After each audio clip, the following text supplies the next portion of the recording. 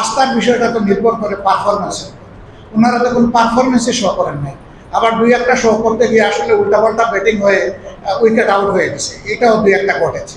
তা আমরা এটা যথার্থ মনে করি দুইটা কারণে যে স্থানীয় সরকার নির্বাচনটা আগে হয়ে যাওয়া উচিত।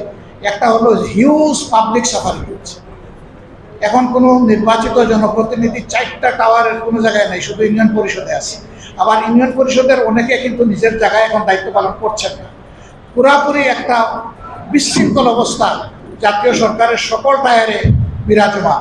অতি তাড়াতাড়ি এটা সমাধান না হলে জনদুর্ভোগ যেটা হচ্ছে এর দায়িত্ব শুধু সরকারের না, রাজনৈতিক দলগুলার। এই জন্য আমরা এই ব্যাপারে জোরালো আওয়াজ তুলেছি। দ্বিতীয় আরেকটা কারণ হলো জাতীয় সংসদের নির্বাচনের আগে যদি স্থানীয় সরকার নির্বাচন হয় তাহলে এই নির্বাচন কমিশনের বিশ্বাসযোগ্যতা এবং তাদের দক্ষতার প্রমাণ জাতি যাচাই করতে পারবে।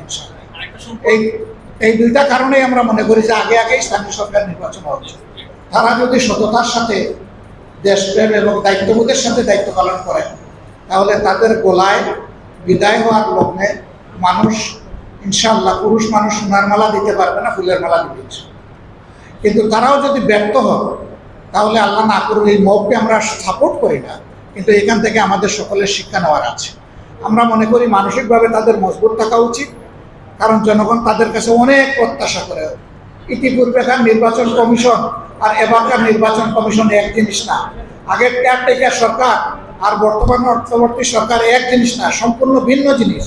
তারা ইতিহাসের অত্যন্ত সম্মানিত পাঠ হওয়া একটা বিশাল সুযোগ তাদের সামনে এসেছে, যদি সেই দায়িত্বটা ইনসাফের উপর তারা দাঁড়িয়ে আদায় করতে পারে। আমরা তাদের কাছে সেইটাই প্রত্যাশা করতে চাইব।